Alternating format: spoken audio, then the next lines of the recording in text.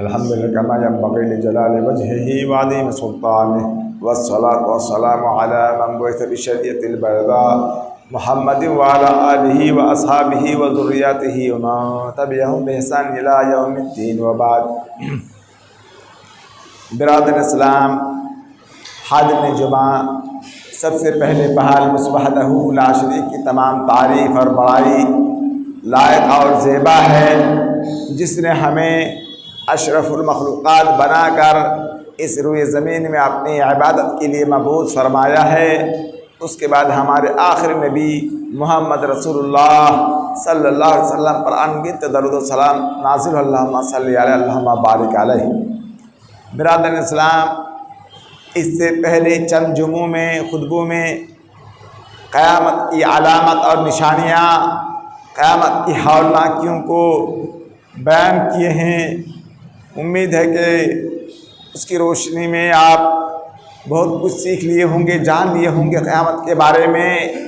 انشاءاللہ العزیز آج کے اس خطبہ جمعہ میں بھی انہیں قیامت کے بعض ہولناکیوں کے بارے میں بیان کروں گا کہ قیامت کے دن کیا حالت ہوگی، کیسے کیا ہوگا۔ مثال کے طور پر کیسے حساب لیا جائے گا، کن سے سب سے پہلے حساب لیا جائے گا، کن چیزوں کا حساب لیا جائے گا، پھر یہ کافر کا حساب کیسے لیا جائے گا، اور اسی طریقے سے یہ زبان، یہ مال دولت جو ہماری دھن دولت ہے، روپیہ پیسہ، اونٹ گائے بکری، زمین جائیداد، یہ تمام کو اللہ تعالیٰ گویائی کو قوت گویائی، بولنے کی صلاحیت دے دیں گے۔ زمین بولے گی، آنکھ بولے گا، آنکھ بولے گی، ہاتھ بولے گا، پیر بولے گا۔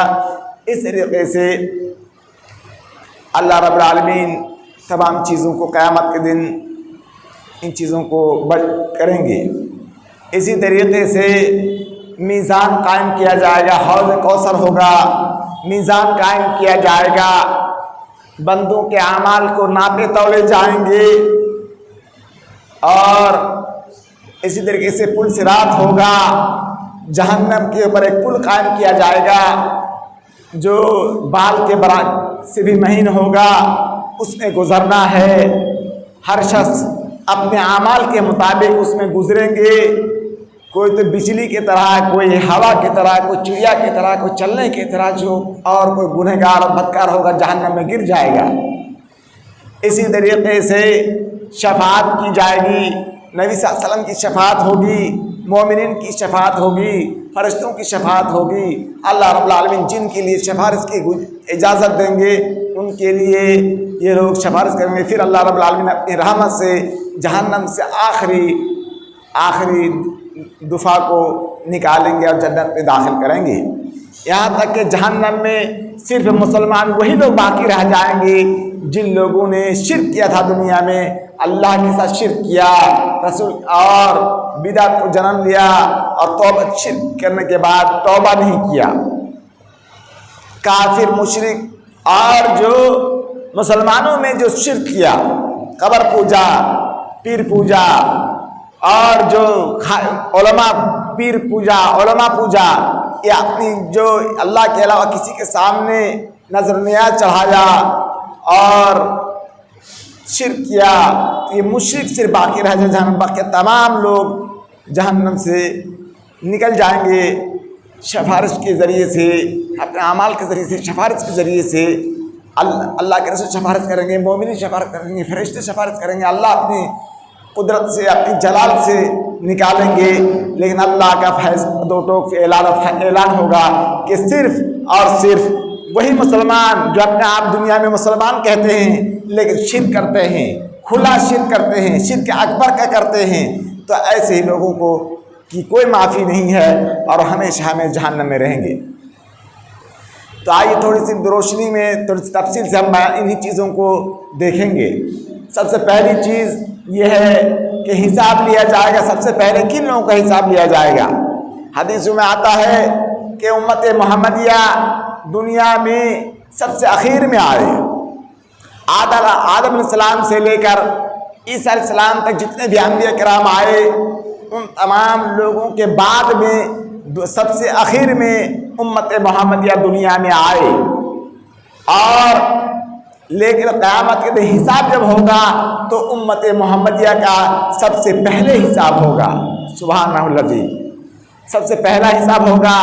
جہاں تک قیامت محشر میں تمام لوگ جو جمع ہوں گے پریشانی کی حالت میں ہوں گے، سورج سروں پر منڈلا رہا ہوگا، اس دن اللہ کا عرش کے سایہ کے علاوہ کوئی سایہ نہیں ہوگا، پسینے سے سب شرابور ہوں گے، کسی کا ٹخنوں سے، کسی کا گھٹنوں سے، کسی کا کمر سے، کسی کا کان کے لو تک پسینہ بہہ رہا ہوگا، اور سورج بالکل آسمان نیچے چڑھایا ہوگا۔ تو ایسی پریشانی کی حالت میں تمام نبیوں کے پاس تمام امت جائیں گے، کوئی بھی اس کے لیے تیار نہیں ہوں گے، سب نفسی نفسی کا عالم ہوگا کہ ہماری نفس کیا ہوگا، ہمیں کیا ہوگا، ہم بتا رہے ہیں ہمیں کیا ہوگا، ہمارا کیا ہوگا۔ تمام لوگ نفسی نفسی کے عالم میں ہوں گے۔ ہمارے رسول آخر رسول صلی اللہ علیہ وسلم سجدے میں گر جائیں گے،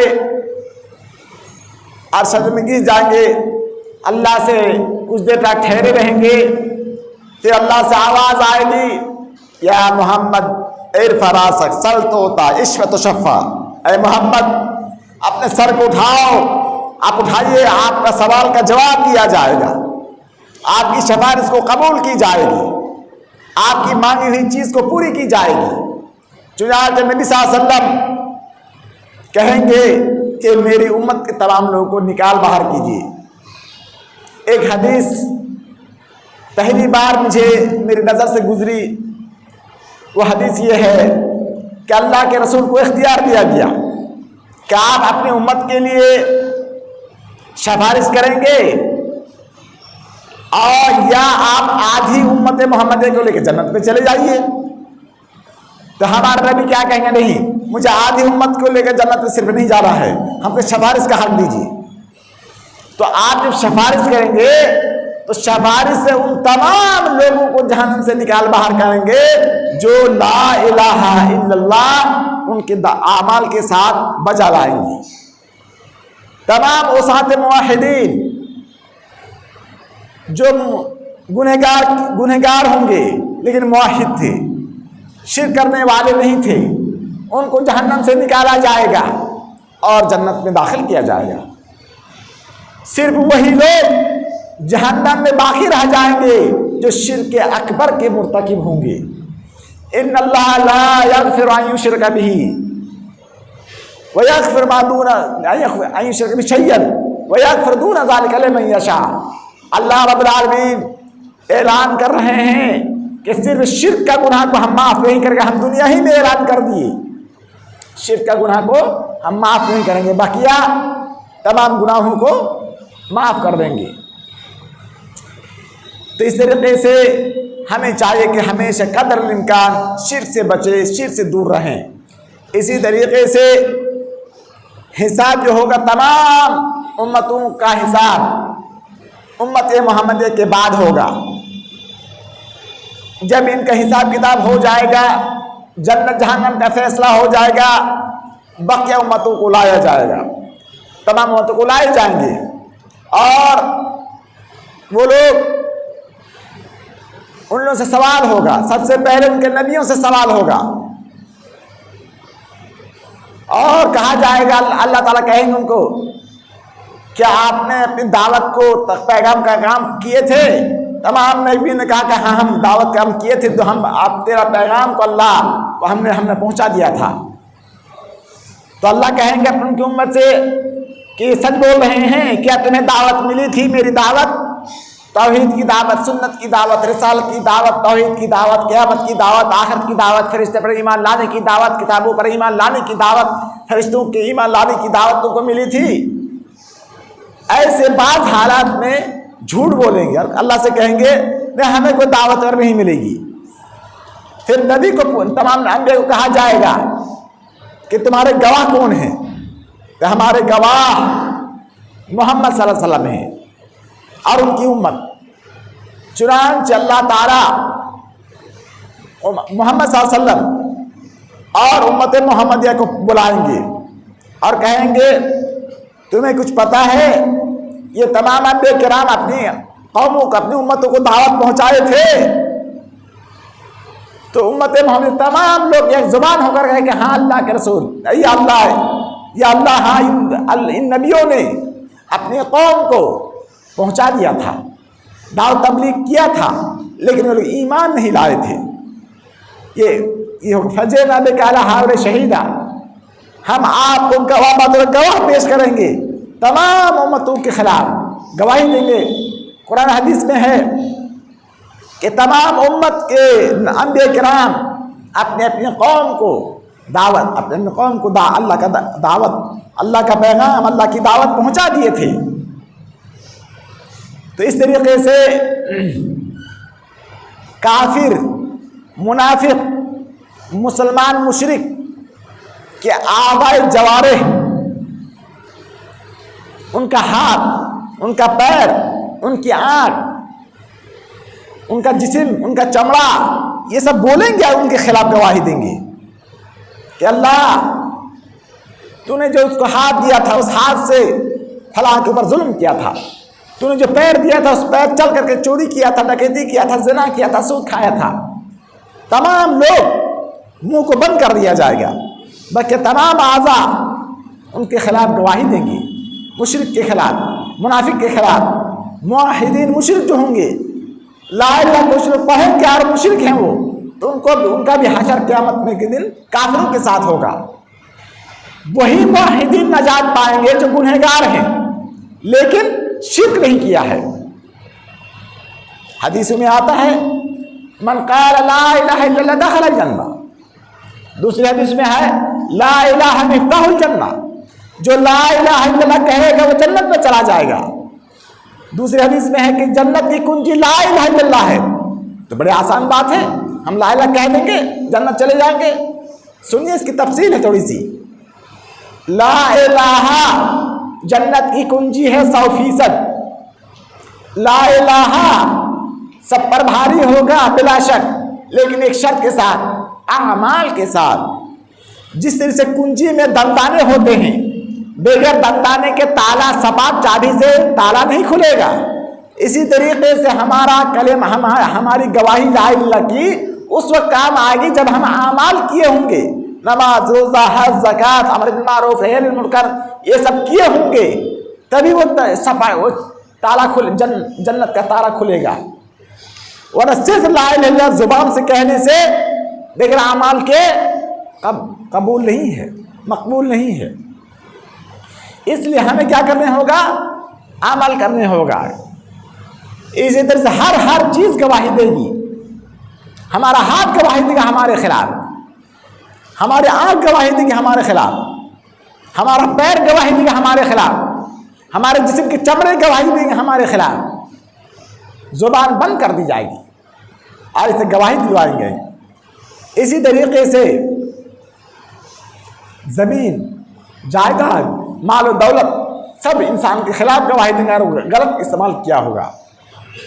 اسی طریقے سے حوض کوثر آپ کو عطا کیا جائے گا، مقام محمود عطا کیا جائے گا، بہت بڑا ایک حوض ہوگا، اس کے اندر برتن ہوں گے آسمان کے تاروں کے برابر، آسمان میں جتنے تارے ہیں ان کی تعداد کے برابر اس کے کٹورے ہوں گے، برتن ہوں گے جس پرسن سے پانی پیئیں گے۔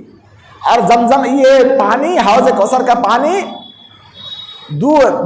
برف سے بھی زیادہ سفید اور شہد سے بھی زیادہ میٹھا ہوگا۔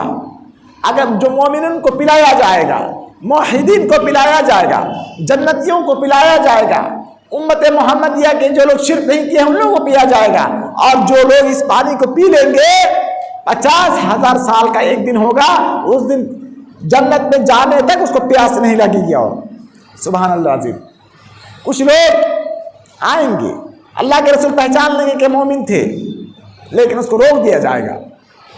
اللہ کے رسول اللہ سے کہیں کہ اللہ یہ تو ہمارے ساتھی ہیں، یہ تو مسلمان ہیں، مسلمان تھے دنیا میں۔ تو اللہ کہیں گے اے محمد تمہیں پتہ نہیں تمہارے بعد ان لوگوں نے کیا کیا تھا، مرتد ہو گیا تھا، شرک کیا تھا، بدعت کیا تھا، اس لیے انہیں آج زمزم یہ حوض کوثر کے پانی سے اس کو نہیں پلایا جائے گا۔ اِنَّا أَعْطَيْنَاكَ الْكَوْثَرَ، ہم نے آپ کو کوثر دیا ہے، حوض کوثر دیا ہے، مقام محمود کا آپ کا مقام دیا ہے۔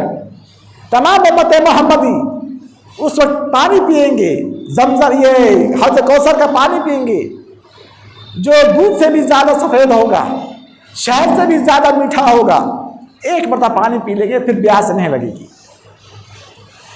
7 قسم کے آدمی کو اللہ رب العالمین عرش کے نیچے جگہ دیں گے۔ اس طریقے سے قیامت کا حول منظر ہوگا اور اس سے بچاؤ کے طریقے بھی ہوں گے۔ مومن اتنے پریشان نہیں ہوں گے جتنا کافر لوگ ہوں گے۔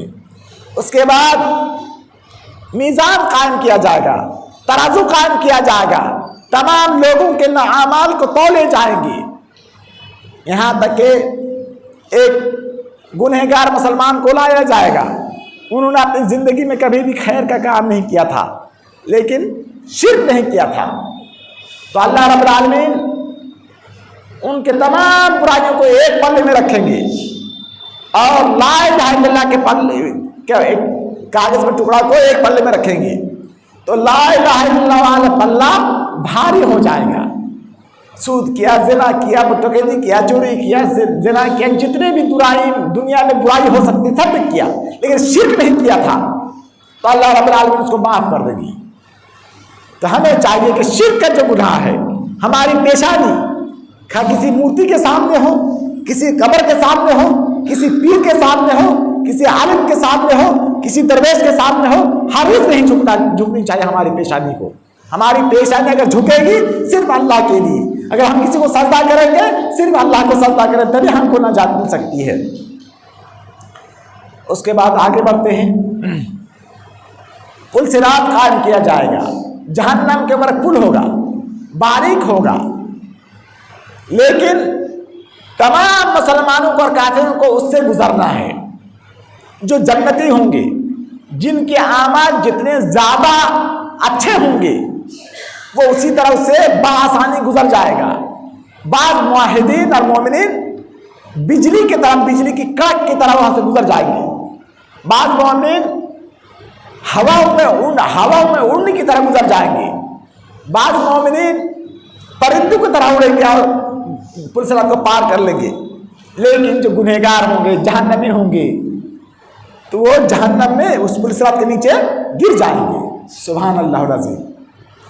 اسی طریقے سے جنت اور دوزخ کے درمیان ایک پل صراط ہوگا جہاں تمام مخلوقات آپس میں قصاص دلایا جائے گا، حقوق العباد کا تصفیہ ہوگا، ایک دوسرے کو قصاص دلائے گا۔ ظلم کسی نے دنیا میں کسی کے اوپر ظلم کیا ہے تو اس کا قصاص دلایا جائے گا۔ تو اس طریقے سے یہ منظر ہوگا پل صراط کا، اور اللہ کے رسول صلی اللہ علیہ وسلم آخر میں سفارش کریں گے، اور آپ کی سفارش سے اکثر لوگ نکل جائیں گے جہنم سے۔ پھر تمام جو موحد مسلمان ہیں وہ لوگ بھی اپنے بھائیوں کے لیے، اپنے جان پہچان کے لوگوں کے لیے جو مومن تھے دنیا میں، اس کے لیے سفارش کریں گے، اس کو بھی جہنم سے نکال باہر کریں گے۔